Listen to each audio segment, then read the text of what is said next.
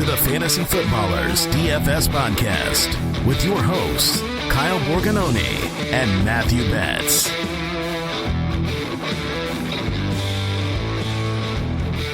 Well, hello there, wherever you are, in the car, at the gym, whatever you're doing.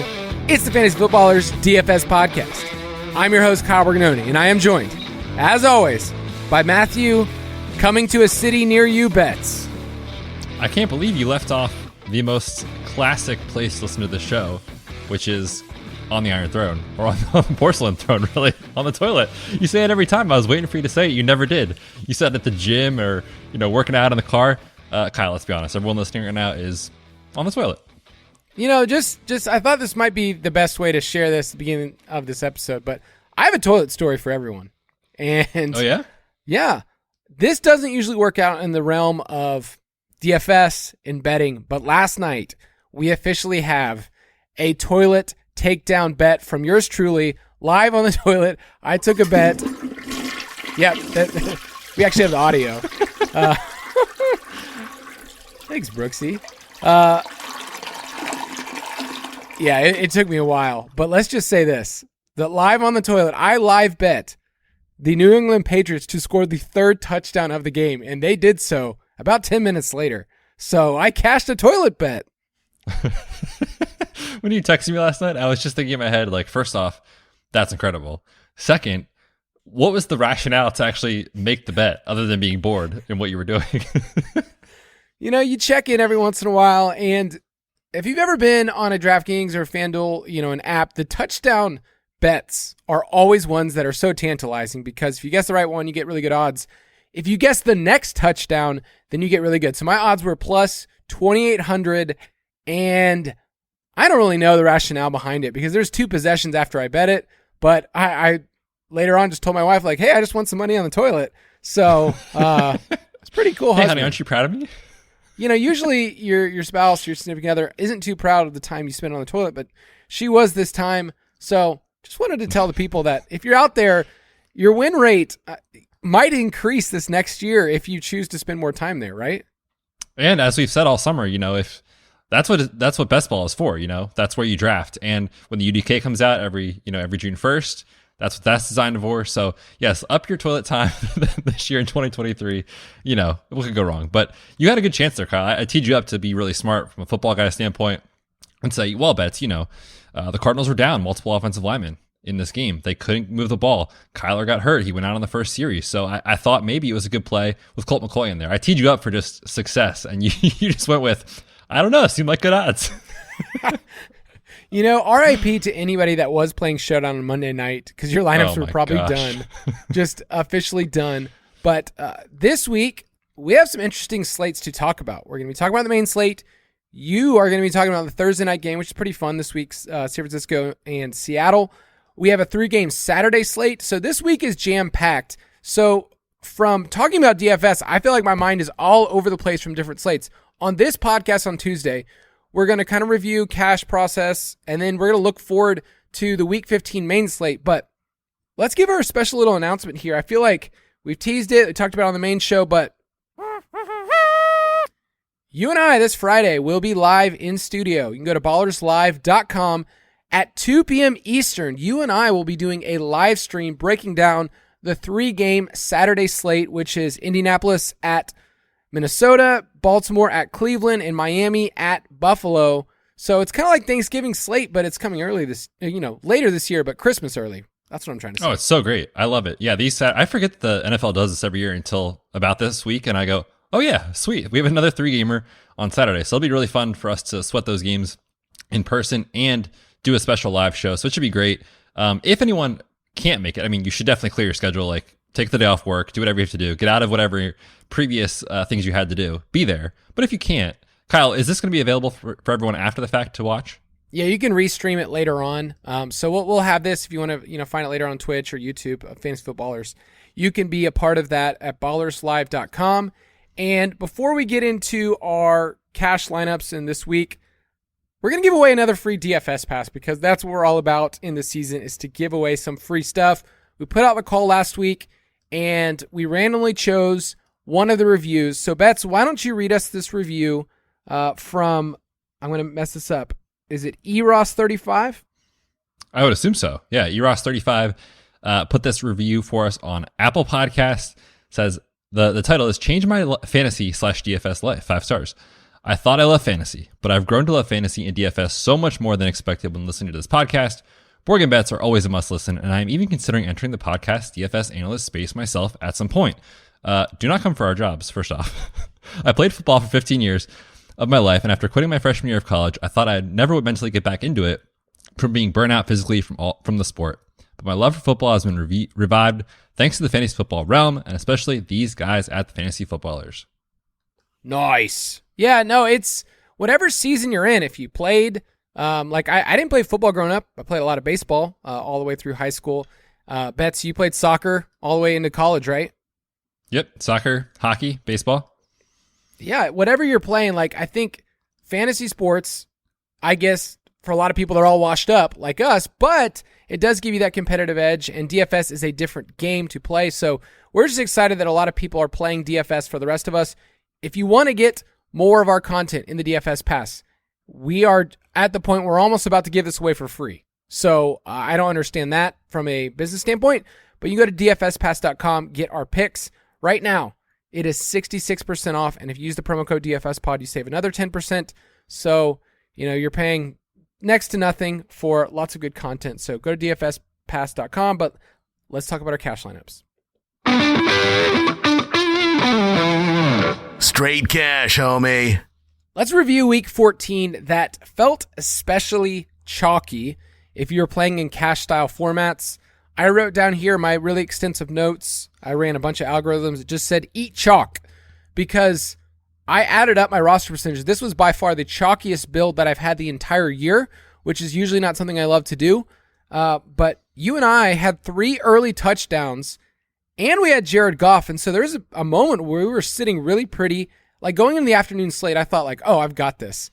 But there was enough chalk that the cash line moved a little bit. So you and I weren't far behind the cash line this week. And I know for you, you've been pretty hot the entire year. Did this one hurt? You dragged me down, Kyle. You took me down with you. No, what's funny is actually on Friday night, I built this lineup. I sent it to Kyle, and he sent me the same one back and said, wow, we built the exact same one. Didn't talk at all about building it. It just happened, and we were like, okay, that feels pretty good. And I didn't change that lineup until Sunday. Things felt pretty solid. And yeah, like you were saying, it was funny because Goff was going crazy. Derrick Henry looked like he was in line for just a massive day in the first quarter and first half. And then all of a sudden, I kept watching Henry and kept watching that game. I was like, is this it? That's really it? And so that didn't hit the ceiling we looked for and all those sort of things. Greg Dulcich, if you told me he was going to get 8-9 targets against Kansas City, I would have played it every single time. He fell on his face. So, yeah, it was a tough week, I think, for us from a 50-50 double-up standpoint. I did okay and had a good week in head-to-head, so it was a fine week overall. Didn't really win anything big. And then for tournaments, for me, it was just I was all in on Joe Burrow. I loved the spot for him, leverage off Joe Mixon. But if you told me T. Higgins wasn't going to play, I wouldn't have played Joe Burrow. I would not have stacked him the way I did. So it didn't work out from that standpoint. But I will say my last point from this week 14 takeaway, for the love of all things holy, do not play chalk defenses in tournaments. The Cowboys defense, even though it was the best spot on paper, we said this in the show on Friday, don't play them. They reached, in some of the stuff I play, 35, 38, 40% for a defense. And this is not a $2,500 defense. This is a $3,800 defense. Anything can happen in the NFL. That, to me, that's the biggest edge. It's just, if you don't do that, you already have a leg up in GPPs. Yeah, I think that there was some chalk, for instance, Amon-Ra or Garrett Wilson, that there were clear pivots that you could make in tournaments if you wanted to. So DJ Chark was one that you wrote up. I know we talked about Elijah Moore really the last 2 weeks, and we're going to be talking about again this week. So there's different spots in tournaments where if you want to go a different direction, you could, and it made a lot of sense with the stack. That Detroit-Minnesota game was by far the most popular. It was carrying, 40% roster percentage in a lot of tournaments where it's just that one game. And luckily enough, if you hit it the right way, it was fine. If you went Goff, Chark, and Justin Jefferson, then you can get out of that game without a lot of damage. But if you went any other direction, if you went DeAndre Swift, Jamal Williams was my full-on fade in our best plays, and I was pretty fortunate that he just did nothing. Just think in tournaments, what is a way that you can get off some of the chalk? Because especially, you mentioned defense, it's pretty volatile week to week. But let's move on. State of the main slate. Each week, we will be referring to the DraftKings Sportsbook line. It's where Betz and myself play. You can go to sportsbook.draftkings.com. And I want to check in with the wager that almost hit for me, right? Like, so close. So close. It was Russell Wilson, which, are you ready to eat crow on this podcast? It's becoming a running joke at this point. Mac Jones buries me on Thanksgiving. Russell Wilson buries me on the main slate this past week. So tune in Friday to hear who I will not be playing. And the easy translation is, okay, Betz is fading this guy, play him in every lineup, and you'll probably win $1 million. I was a rushing touchdown away from hitting a monster parlay. I'd hit everything else, and then he goes down at the 2-yard line, which was really sad. That hit was really tough afterwards. But I did play a ton of Russell Wilson stacks with Jerry Jeudy, which is not a sentence I thought I'd be coming on this podcast. But it was one of those things where I was so close on DraftKings to be able to hit that parlay, and I did turn out really well in a couple of tournaments, a couple of small fields, because I was playing Russ, and I'm assuming no one else wanted to. He was at like 1.5%, 2%, and just stacked him with Jeudy and Kelsey. So I got there in a couple of spots. That felt really good. Is there a wager that you have that you're waiting on? It's this week. It's going to happen. There's nothing that made me happier in week 14 than having you come on the show telling me how the Vikings were going to get the job done. The Vegas line movement was wrong. Dude, you can't fade the Lions anymore. I mean, you just can't. They're going to, they're not going to the playoffs. They're going to hit their win total is really what I care about. 6.5 is where it's at. They are currently at 6. And I am shocked, Kyle. Shocked. They're favored against the Jets this week. So those people that set these lines are smarter than me. I'm just going to ride the wave and hope for one more. Yeah, that line started with Jets -1, but it's moved now to Detroit -1. Their win total is something you were bullish on. Another one that we were, I think this was the first win total that we took this year, was Chicago under. I think it was at 7. And the under hits this week if they lose to your Eagles. So that one feels really good. I just want to bring people back. When the season's over, you and I get to go through a lot of different other betting and wagering content when we get to March, April, May, and those win total shows are still some of my favorites. So we'll get to review in a couple of weeks and review some of those processes, but I feel like win totals has been super strong and something that even still today, you can still get in on the books if you want to. Let's talk about week 15 on the main slate. There are only 10 games because we have a Thursday night game, we have 3 on Saturday, and then of course the Sunday and Monday night games. How does this change the slate for you in week 15 with only 10 games? Yeah, it's a very similar slate, I think, to what we had last week, except for this week, there really isn't a game that everyone is so excited to stack because the highest total right now is 49.5, and it's Chiefs and Texans, and kind of like what we saw last week with the Cowboys, it's a massive spread. So you have low scoring, I think, slate coming up because you only have 10 games and there's no one that's really above 50, and there's a lot that are in the low 40s range. So again, it feels like a very similar slate context to last week. One of those where I think if you followed this trend last week, you followed teams that you trust, like that have really good team totals that you think are going to roll, Cowboys, Chiefs, Eagles, those sort of things really did work last week. And so I think we're going to have a very similar approach in this slate. There are teams that I love. There are some game stacks that we'll talk about, on the show Friday that I really do love, but I think this is a week, again, to just go in on teams that you trust. Yeah, like Kansas City, they have the highest team implied total in the slate. It's over 31. I think the question people have when they're building this week is, are they a team that you can use multiple pieces from, and then do you need a bring back from the Texans side? This year has kind of showed me that I don't always have to have a bring back if those teams are killing it, but I feel like the Chiefs are in the exact same situation that we had with the Cowboys last week. It's like, okay, we expect the Chiefs to win. How much passing volume is he going to get? But that game went totally different last week than we expected. But I think Mahomes is in a safe spot. Like, I think he's safe. I think you can get 3 touchdowns. I went back and looked at games where Patrick Mahomes is favored by 14 plus, and he's come through in almost every single one of those with, 25 plus fantasy points. So, yes, there's some other good plays in that game, but just we follow good teams, we follow good offenses. Same thing with Philadelphia, with Dallas. Like, those are good offenses we want to play. Which game do you think will be the most popular this week? I wrote down on the doc here, Tennessee at Los Angeles, taking on the Chargers. And the reason is because when you look at these teams, you think about how they want to play and the matchup on the defensive side of the ball across from them. You could not draw it up any more perfectly for what these teams want to do. The Chargers, they are content to let Justin Herbert drop back every single play if they want to, because you can't run on the Titans, but they have one of the worst secondaries in the league. So I think they're going to literally let Justin Herbert throw 65% of the time, maybe more. They up in pace, they're up in pass rate. It should be beautiful. And now he has all of his guys back. So everyone's excited about the Chargers once again. And then on Tennessee, you think about the Chargers.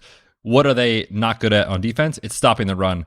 Oh, here comes Derrick Henry to town. So it just sets up perfectly for what these teams want to do. No, I agree completely. Like these two teams, their defenses, they set up well. I said Dallas at Jacksonville. People are going to look at what Jacksonville did last week and their passing attack. You're going to see your boy Evan Ingram. And, I mean, it's just a really good spot for both teams. I'm shocked the line moved down to 47.5. I figured if you would have just told me blindly these two teams are playing, I would have put the total almost at 50. So is there something I'm missing in this game other than, yes, Dallas can have a good defense? Yeah, I mean, that might be it. I'm not sure, to be honest, because when I wrote this up in the Vegas report, like it does seem like a perfect storm for success because the Cowboys are a team, when you look at their season-long metrics on defense, have been elite. But when you look at their splits from weeks 1 to 7, they were shutting down everyone on defense. Since then, they're allowing about 21 points per game, which doesn't sound like a lot, but relative to what they were doing, which is about 14 points per game in the first month and a half, their defense has not been as good as they've been advertised. Not saying they can't have a good game here or there, but look at what just happened last week. So the Jags are rolling right now. And meanwhile, on the defense side of the ball for Jacksonville, they're 29th in DVOA over the last 5 weeks. And it's a recipe for success. I think you have an overrated defense in Dallas, you have 2 good offenses, and you have a terrible defense in Jacksonville. So I'm with you. This seems a little suspect that it's coming down, but we'll have to see what happens as the week goes on. I think we'll get probably money on the over throughout the week. You think the Cowboys added T.Y. Hilton and they just knocked the total down? They're like, oh, they're going to start that guy out there? That's not good. It is weird. It was the total that I thought would be a lot higher. So I like that game. I think you can stack it on both sides of the ball with, multiple running backs, multiple wide receivers, and tight ends. Like there's just so many different combinations. So from DFS stacking perspective, I love it. Give me a game that you think might be sneaky this week. This one is all about slate context. And the reason I'm saying this is Detroit at the Jets. And I think as soon as everyone hears Detroit and they think Jets, they say, okay, is Jared Goff playing at home? No, that's not good. The Jets, their secondary is elite. Oh, look what they just did to Josh Allen and all these guys. And I totally get that. But what I'm looking at is an offense in Detroit that is absolutely rolling. Like, credit to their offensive coordinator, Ben Johnson. He's in the freaking zone, man. Like, running Penei Sewell motion to convert a 4th and 1 or whatever, that's when you know your offensive coordinator is absolutely feeling it. Taking on the Jets, their defense is great, don't get me wrong, but we know that offenses matter more than defenses. And Mike White is going to drop back a ton, assuming he gets the full bill of health with the rib issue. I know he was one of the streamers of the week for Jason on the main show. Great matchup in Detroit. So you have, I think, offenses that can get the job done in a slate context overall where there's not really these games above 50. Like, if this one gets to 48, 49, 50 points and it hits the over, I think you're going to hear from some players in this game. Yeah, I think there's a couple ways you can look at this game because there are the splits you mentioned with Jared Goff. On the road this year, 227 and 0.4 passing touchdowns. So that's bad. But you can buy into the fact this offense is just better and they have all their pieces together. The problem I have is that now Detroit isn't as condensed as you had them a couple weeks ago. Like, would you say that Amon-Ra is taking somewhat of a hit in terms of his ceiling with these other weapons? I don't necessarily. I mean, we only have like a 1-game slate of that, really, right? Like, or a 1-game sample rather. Because 2 weeks ago he was incredible. He scored 2 touchdowns, over 30 DraftKings points. So I don't think that's the case. I think overall there'll probably be a little bit less consistency, but he still has ceiling, in my opinion, for sure every week. Yeah, I just want a better game environment for him in a dome where I can just say that game's going to hit 60 points. And I think this is one of those games you can't confidently say, oh, we're going to get a track meet. But I do like Mike White. I love the fact that they're averaging 74 offensive plays per game with him. So I think there's pieces that you can definitely correlate in that game. I probably won't be stacking Jared Goff, but if you wanted to do a Jay Willie and then bring it back with somebody on the other side like Garrett Wilson or Elijah Moore, I'm totally fine with that. If you want to do Amon-Ra and somebody else on the Jets side, I think that they're stackable pieces for sure. I'm going to say New England and Las Vegas, the Josh McDaniels revenge game. Las Vegas is one of the worst defenses in the league, and I think Mac Jones is somewhat interesting this week. I think he looked great on Monday night. There are some injuries on that side, so we'll have to see if they're going to commit to the run as much. But I think that there could be some points in that game, and I think it's sneaky where it's currently at, especially in that afternoon slate. Like Tennessee and Los Angeles is going to carry a lot of the roster percentage in that afternoon, and I think you're going to find that those afternoon games, like New England, Las Vegas, you can find some pivots that can work. Which game do you want to be underweight on? And looks like we're on the same page.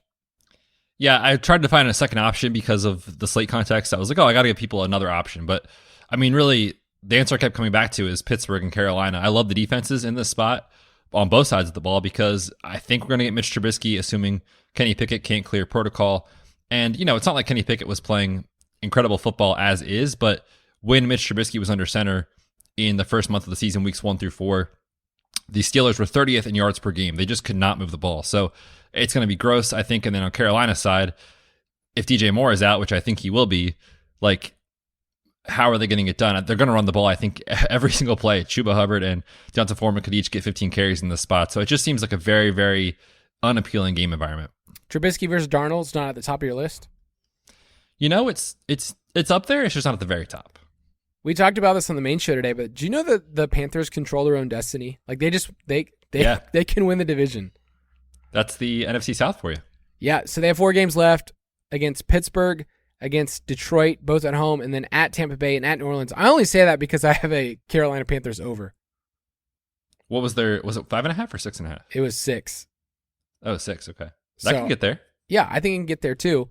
I never thought that I'd be rooting for Sam Darnold with that. I thought Baker was going to be the dude. But anyway, side note. Yeah, where else would you go in this game? Like you'd go Foreman and like Pickens or Foreman and Mute. There's just nowhere else you really need to go, right? I mean, dude, come on. I think I can't tell if you're being serious because this man had an unbelievable catch last week. And we had a few shout outs on Twitter about this. Lockjaw, your boy, with an incredible, crazy in between the legs catch. He had to like sandwich it in between his knees as he fell to the ground. But in all reality, we'll talk about him in salary standouts. He is insanely cheap, and Pittsburgh is a secondary that you can throw on. So I don't hate it as a cash game play, just as a punt. But yeah, I'm not going to get into a full game stack here. Okay, I was totally fishing for that. I was really hoping that you'd bring him up because he's really good. And 3,500 on DraftKings. Why not? It's not the worst thing that you can do with your money. Which team are you most confident hits the over of their team implied total? Yeah, this goes back to our conversation about the Cowboys and the Jaguars. Since week 10, the Jags are 29th in defensive scoring and 29th in DVOA, and their offense is performing extremely well in Dallas games. Since Dak Prescott came back, they're 5-1 to the over. So I think Dallas can hit their team total this week. I'm just going to lean into the Eagles. It's 28.5, which is a lot. This offense is humming. They're on the road against Chicago, who's 29th in total passing yards allowed. There's just so many different ways that the Eagles can score. I think we're still at least a week or two away from Dallas Goedert returning, but even then it would be even better. But there's just so much to like about this offense. It's averaging 29.7 points per game. So that's actually over what their team implied total is right now. So fly, Eagles, fly, they say, right? I'm on cloud 9. You got to be feeling great. I saw that Hurts. Did you see Hurts' MVP odds? No, what are they now? Minus 175. Oh, okay. Let's go. Is he the odds-on favorite? Yeah. Oh, brother. I think I have a plus 2,200 ticket or something like that. Yeah, I was going through and just walking through their schedule and then walking through Mahomes' schedule and said, is there value in me going for Mahomes this late? But the storyline, I think if the Eagles only lose one more game this year, I feel like everything's kind of riding on Hurts winning that. So anyway, which team are you most confident hits the under, what we usually call the Denver Broncos Memorial Award, but they smashed it. They totally smashed it this past week, their team implied total. So who's the team this week? I think we should rename this award. I think it should be the Buccaneers Memorial Award. Like, let's be honest, they've been just as bad as Denver in terms of their offense. This week, I'm going to go with Atlanta. 19.5. Like, to ask Desmond Ridder to come in and put up 20 points in his first start is really tough as a rookie. The Saints, as a team, they have a lot of flaws, but they've been pretty good on defense. We saw that against the Bucs a couple weeks ago. San Francisco, they held to 13 points before their bye. So now they're coming out of their bye week. I think they'll get Marshawn Lattimore back in the lineup. And the Falcons announced before the bye that they were going to start Ridder. So now this team can prepare for Ridder from the get-go, and they've had extra time to prepare for him. So I like under on 19.5 for the Falcons. I have a couple teams in here. The Cardinals are at 17, a team implied total, with Colt McCoy under center on the road against the Broncos, who they're a defense that we're going to talk about in salary standouts. So don't really want a ton of Cardinals pieces. I guess you can play James Conner in a one-off if you want to. But I'm going to be underweight on the Lions, and maybe that's just me being a hater. But it's hard against the Jets defense that is allowing 18.7 points per game. It's fifth best. And since week 4, it's only 16 points per game. So we know this is a good defense. The question is, can you stack it for tournaments? We'll talk about that probably more later on in the week if we're going to approach it that way. Let's take a quick break, and then we'll get to our salary standouts.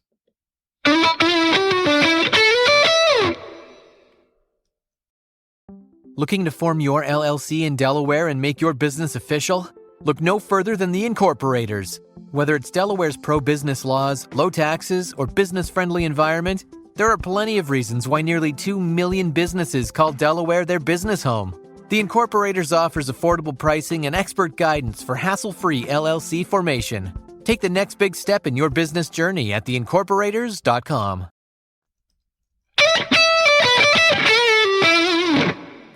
Betz, we're like in the routine of things to the point where we've pushed beyond like, oh, we're still doing this. Like, okay, it's week 15. Do you think there's a lot of people right now that don't have the stones to stay with DFS in week 15? I was getting questions in our Discord from people like, oh, do more people stay with DFS? I feel like a lot of people drop off because they don't have any money in their account anymore. That's true. But that does tend to happen just in general for fantasy, right? Like July, August, everyone is hyped for the NFL season. And then things happen throughout the year, whether it's DFS or redraft leagues, you're out of it or whatever. So yeah, actually the overall, I think, volume and number of players actually decreases as the year goes on, which, you know, some people pick it up when they're out of their playoffs for fantasy, but certainly there is a drop-off overall for the industry. Do you feel like there's a temptation when, if you have a bad week in DFS, you get to look at your best ball and go, well, I got some teams alive in best ball, and I'm feeling pretty good about that. That's what I looked at this morning. I'm dead inside, Kyle. Absolutely dead.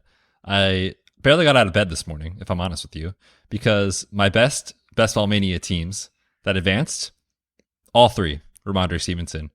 My most important league, my home league, needed Ramondre Stevenson to get in the playoffs last week. So DFS is all I have.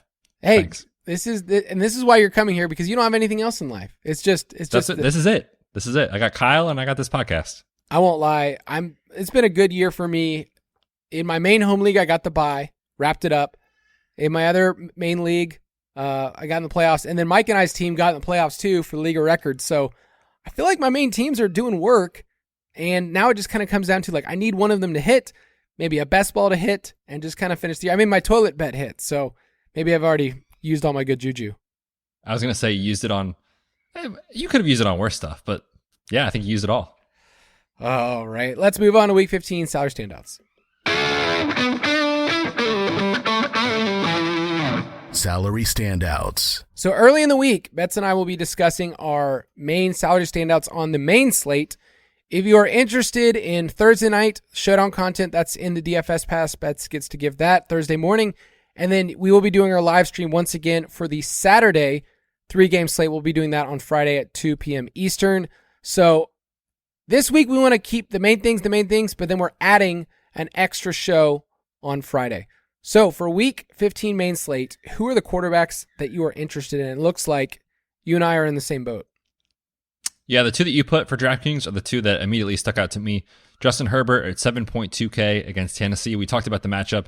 They're going to throw the football on almost every play, and this secondary for Tennessee is just giving it up to everyone. Look at what just happened with Trevor Lawrence last week, Zay Jones, Evan Ingram career day. It's incredible. And, you know, for Herbert, like, everyone in the fantasy community was kind of, and real life NFL community was giving him a hard time. The guy had no weapons all year. He has not played a single game except for last week with Mike Williams, Keenan Allen, and Austin Eckler, Joshua Palmer, all on the field together and finished the game until last week. Oh, I'm surprised. He threw for over 360 yards and 7.2 yards per attempt. So I love Herbert in this spot. You also listed Dak here. He's a lot cheaper, $1,000 cheaper against the Jaguars. Talk to me about Dak Prescott. Yeah, I think those 2 quarterbacks in that game, Dak Prescott Trevor Lawrence at 6K. I think those two quarterbacks are going to be a big conversation this week in stacking. So you have to ask yourself with the Cowboys, if you're interested in the running backs, I'm probably not going to be stacking Dak in cash, like if you're playing Pollard, if you're playing Zeke. But this offense is one that we want to buy into, and we have been buying into since Dak returned, and that price tag is just too cheap. So you're not getting the same elevated pass rate that you're going to get from Herbert, especially against a Titans team that's allowing the highest pass rate over expectation for their opponents. So I think Herbert is safer right now, but if you need the cash, $1,000 in a game where I already like the over makes a ton of sense this week.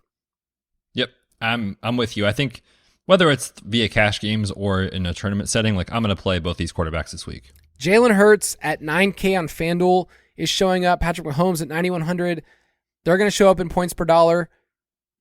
Hurts is one of those players where it's always hard for me to get up there. Like he's priced so high now where you can't just say like, oh, I can stomach it. So would you pay up that much in cash, or are you just more interested in those first two? I mean, for cash games on FanDuel, like there's always a construction that you can get to those quarterbacks if you want them. And because you need touchdowns, you need your offense to roll. I think if I'm playing cash this week on FanDuel, I'm trying to get up to Hurts or Mahomes. They're the same to me. They're both elite plays. They're $100 different. So, I guess in theory, the Chiefs have a little bit of a higher team total, but we know Hurts can run the football, and that matters so much. So both those guys are in top spots this week on FanDuel. I think what's harder for me on Hurts on DraftKings is I think it's another good spot for Miles Sanders at 6.5. He went ham this past week. I know you got to play him in a couple of GPPs, so like Miles Sanders, but in the same game, David Montgomery, 6,300 is too cheap. Philadelphia ranks 24th in rush DVOA. Chicago's 29th in rush DVOA. So both of those teams you can run on. Do you have a lean on either one of those running backs? Do you like either of them this week? I mean, it's always an easier conversation to say, like, I'm going to roll with the better offense. So if it's, head-to-head conversation, for me, it's easily Miles Sanders over Montgomery. The thing about the Eagles' stats is their splits with and without Jordan Davis on the D-line are massive. When he's been in there, they've been a top-notch run defense. We saw it again last week. So the matchup, I think, is a little misleading if you just look at kind of the last 6 or 7 weeks because he was out with a ankle sprain. And Jalen Hurts is going to run the football, but Justin Herbert is more of a candidate to take a 60-yarder to the house. Jalen Hurts can do that. He just doesn't do it as often. So, like, of the quarterbacks, who's going to steal more rushing production? I think Fields will steal more from Montgomery, if that makes sense. Isaiah Pacheco was one of the salary standouts that I saw this week early on. 5.9 against the Texans. I know McKinnon saw a lot of work last week, especially in the passing game. Like, he was awesome out of nowhere.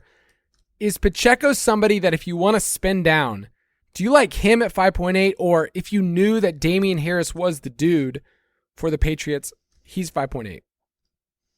Yeah, I think I lean Harris if I'm picking between the two. But it's a great matchup either way for both these guys. 5,800 for Harris, 5,900 for Pacheco. My only concern with Pacheco is just, like 2 weeks ago, the role wasn't as solidified as what it was in the first 3 weeks before that. Like, it was very clear. McKinnon's in pass downs. Pacheco's in there in rushing downs. He's going to get the, positive game script work. And like we've seen McKinnon get some of that and also get some goal line touches. So it's been a little less, I think, you can hang your hat on it, less than what I think we would expect. That said, the matchup against Houston is awesome. We saw Zeke get there last week and Tony Pollard, so it should not be surprising to anyone if McKinnon and Pacheco have a good day against this Houston defense. So I think I lean Pacheco, and you also get a little concern removed from injury. Damian Harris hasn't played in a couple weeks, hasn't practiced yet since the injury, so there's more risk, I think, with Harris splitting time with Pierre Strong and Kevin Harris and whoever else they bring in off the street. So to me, I think Pacheco, if you're making me choose, head-to-head. I think Pacheco will be the most popular Chiefs player in cash this week on DraftKings. Probably. Yeah, probably, based off his price. Yeah. And matchup. A couple other running backs here. So Tony Pollard, I feel like we're talking about him every single week at 7.1. I feel like his salary should be $500, $600 more for just how efficient he's been, big plays in a game environment we like. So 7.1 for Tony Pollard looks great. Alvin Kamara was a name that stood out to me as well. One, as a pessimistic Falcons fan that's been killed by him for years. And then the price tag's great. I feel like a lot of people are scared to click the button because of the pain that Alvin Kamara has given him this year, where just the touchdowns haven't flowed. Yeah, his touchdowns have been a concern. But earlier this year, when he was in a touchdown slump, what did we do, Kyle? We bet him for 1, we bet him for 2, we bet him for 3 with Jason when he was on the show with me. And, this is a spot where I could definitely see him having a get-right game.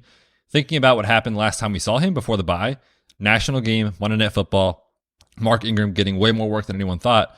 Mark Ingram's out, and they have David Johnson in for the backup role. So Kamara coming out of the bye, I think, has a good path to 15, 16, 17 plus touches, and 6.8 on DraftKings is so cheap for a guy with his skill set that we know can catch the football. We know Andy Dalton's starting again too, so those dump offs should be there. I'm probably this week, I think my biggest internal struggle already is Eckler and Derrick Henry, and what to do with those two who are priced up. DraftKings, $8,500 for Eckler, $8,000 for Henry. We mentioned that they're a run funnel defense that you can run on the Chargers. And then you look at the Titans, who are great against the run, but it's like, who cares? It's Austin Eckler. He's going to get 7 catches plus in the game. So, man, both those running backs, I feel like if you pick the right one and that game goes off, like, you have a GPP winning play for you. For sure. Yeah.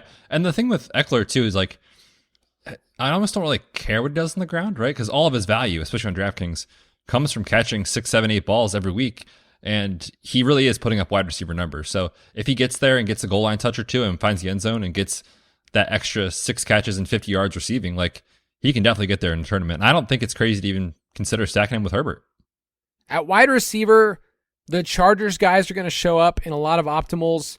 My boy Keenan Allen, $6,800. If you just wanted to lock that in with cash, don't blame you at all against the Titans. Mike Williams is only $6,300. That is very tempting in a lot of different spots, especially in tournaments. So both of those Chargers receivers are going to show up pretty well. In terms of cheaper cash plays, Garrett Wilson's going to show up again against a Lions defense that, people have picked on the entire year. He's only $6K, and Elijah Moore is only $3,600. I think you and I are pretty bullish on him early in the week. For sure. It makes for a very difficult decision, assuming Corey Davis is out, because I don't think I'd want to start both guys, although maybe you could. They're both cheap enough and the matchup is so good. Detroit very quietly has been elite at run defense in the last 5-6 weeks, but they are getting destroyed through the air, and specifically the slot wide receiver against Detroit has gone off. KJ Osborne, 538.1, Christian Kirk, 6,104.0, Isaiah McKenzie on Thanksgiving, 696.1. The week before that, Wan'Dale Robinson tore his ACL before going out early, 9 for 100. So slot wide receivers are crushing, and that's where both these guys will move in and out of the slot. Elijah Moore played there 66% of the time last week. So either way, I'm going to have, I think, at least one of these guys in my cash lineup. Yeah, I think one of those Jets players feels like they're pretty safe in terms of volume on a PPR site. I like that a lot. Chris Olave on both sites, I think, is a great value. I smile every time I just see anything about Chris Olave. It is against the Falcons, so whatever, dude. Just do your thing. So Chris Olave at 6.5, I think is great. And then I was looking at Jamar Chase on FanDuel. He's expensive, all right? He's $9K. I just don't care. Like, he's one of those players, especially if T. Higgins is out, especially if Tyler Boyd's out, where you just ignore everything else. The last 2 weeks, Betz, he's been targeted on 33% of his routes, and his yards per route run is 3.09. Elite. Yeah, not much to say. And, they call T. Higgins day to day. I'd be surprised if he's 100% even available. And then Tyler Boyd with the finger. Jamar Chase is going to see a 30% target share in this game. So, yeah, it's not a bad bet at all, even at a very lofty price tag. My hope is that he comes in a little under the radar on DraftKings based off his salary and based off of people wanting to play Olave and, the Chargers guys and Garrett Wilson. I'm going to try to find a way to just jam him in my lineup somewhere. All right, I'm going to just hold this to you right now. Are you playing him on Raw and Cash this week? Because you've had him in the last 6 weeks. I haven't even considered it, but I did notice that his price didn't really change at all. And I was surprised because normally when a player has a average to down week, they'll adjust him down a little bit and account for matchup. They did not do that. So there's probably better options on the board in that price range for me this week that I'm not saying Amon-Ra's not going to have a great game. I just don't feel as confident as we did the last 3 or 4 weeks. Do you see what he is on FanDuel? I haven't looked there, no. 8,400.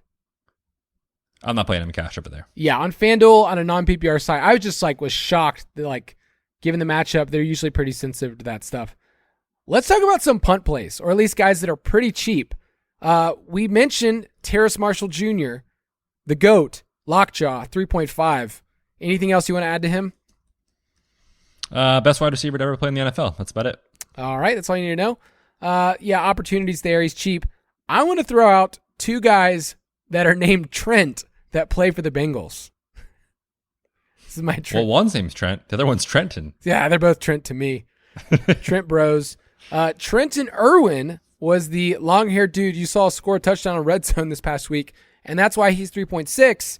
Trent Taylor is the natural slot wide receiver who's 3.3, and he's, I think, a better play on DraftKings at 3.3 if you wanted to go there. If both those Bengals players were out, I don't mind that in cash, but I don't think you should have a build in cash where you're playing a cheap, 2 cheap players. I'm not playing Elijah Moore, Terrace Marshall, and, I'm not playing 2 guys like that and one of these guys too. For sure. And if you, for some reason, we haven't really built teams yet, but for some reason, if you do need 2 of these guys in cash, I think I would we would lock in Lockjaw, and Elijah Moore would be a standout play if Corey Davis is out. Yeah, those 2 are above, but I just thought it's pretty cool that we can mention 2 guys named Trent at the same time on the same team. That, what could you do wrong here? This isn't an Adam Humphries play, is it? That was 3 years ago at this point or something? Yeah, don't play Adam Humphries, people. Tight end, I have a bunch of players listed here, and they're all pretty cheap. But if you look at the salaries, it's Travis Kelce and a mile before you get to anyone else. He's just priced so far above everyone else because of his role. I won't be going there in cash, especially in a game where it looks like they could just steamroll, and I don't know how much usage he's going to get in the second half. Dalton Schultz at 4.4 is great in the same game. Evan Ingram, 3.8. Do you feel like people will chase one of the greatest performances ever? Probably not. People think Dallas is a very good defense, and so I think they're going to shy away from it. But that said, people, I think, will at least be excited about maybe stacking Lawrence, so he would make sense as more of a tournament play for me. The guy that I saw immediately when I logged in here is Greg Dulcich. Again, last week it didn't work out, but you just look at the opportunity. It was absolutely there. What did he see? 8 or 9 targets in that game. Now he gets the matchup of all matchups. It is really crazy when we have these outlier defensive matchups. I think sometimes we can overrate them in fantasy, but this one matters. Hunter Henry almost scored a 50-yard touchdown last night. That's the matchup that we're getting. So give me the volume with Greg Dulcich against the Cardinals. Even with Brett Rippon, if he's the dude, I would still play him in cash. I'll give you a cheaper name. Last week we talked about Chika Okonkwo at 3.1. I think he's fine, but Cade Otton at 2.9 I think is interesting. Last 2 weeks, he's ran 77 routes. That's the most among all tight ends. And Cam Brate was even out there this past week. So Cade Otton at 2.9 I think is interesting. Anybody below 3K that's getting that type of usage. And we assume that Tom Brady and the Bucs are going to have to throw at will against the Bengals. So Cade Otton's kind of interesting. At defense, I like a lot of defenses this week below 3K. I was shocked how many options we have. The Patriots is turning out to be one of my favorites at 2.8. That looks really good. The Broncos at 2.7 against Colt McCoy. At home, that seems like a pretty good matchup. Yeah, there's a lot of good options this week, like you said. I like those 2 that you mentioned, 2.7 for Denver, 2.8 for New England. I also put on the dock just if you want to spend up a little bit for GPPs, don't get crazy. You can get the Carolina Panthers at 3.3. But the bottom line is, again, we're going to be seeing, I think, 3 to 5 options that you feel pretty good about in this 2.5 to 3.5 range.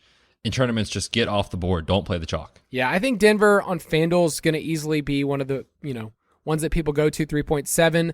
So either of those 2, options, I think a lot of people, I think it's going to be better than last week, where it was people are playing the Steelers or they're playing the Cowboys. So yeah, defense, please, please, please. If they're chalky, go somewhere else in GPPs. That's what we would recommend. If you want to play with us, go to ballersdfs.com, be in our DraftKings League, Fantasy Footballers DFS, Borg plus Betz. we have some pretty fun competitions this week, including a Thursday sweat with Betz, where I'm going to be live with him. You're going to be watching the game with me, and we're just going to be firing off live bets, left and right? I may not be able to afford the flight home with the wagering that's going to be happening, but it's going to be a magical time. Sorry, I can't make it home for the Twins, but see you next year.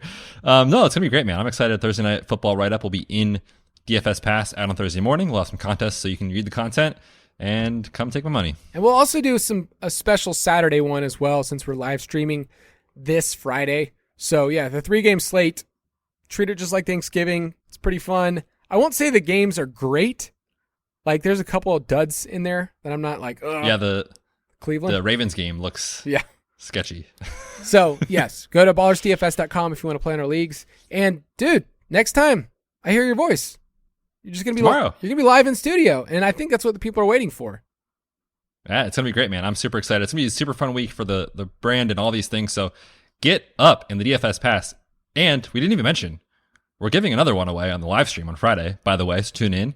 And we forgot to mention, Kyle, we're such pros at this whole thing. We forgot to mention to our winner today how to get your DFS Pass. We just mentioned he won. Didn't say anything about it. So, yes, eros35. If you are the winner, DM me on Twitter at the Fantasy PT. I will get you hooked up. So, Betz, when you fly, I want to get in the zone here when I pick you up tomorrow at the airport. What's your game plan? Are you trying to sleep? Are you trying to watch a couple movies? What kind of plane rider are you? Dude, do you know me at all? I'm going to be plugged into the Wi-Fi working on the flight because I got 5 hours from Philly to Phoenix tomorrow. Dang. I would not be doing that at all. I would just be checking out, just going to sleep. Well, our bosses are terrible and they're so mean to us, so I have to. And technically, you're going to be working double time because you're going to be flying and then get some more time here on the West Coast. So you're going to be working double time. No? I didn't think about that. I know. Maybe I will take a nap. Dude, take a nap. Just do whatever you want. Oh, man. All right, Betz, sign us off for the people. Yes, it is going to be a great week. Make sure you're plugged in for all the content we have. Podcast, DFS Pass, live stream Friday at 2 o'clock Eastern. We'll see you then. This podcast will be out for the main slate on Friday. We'll see you then. Have a great week.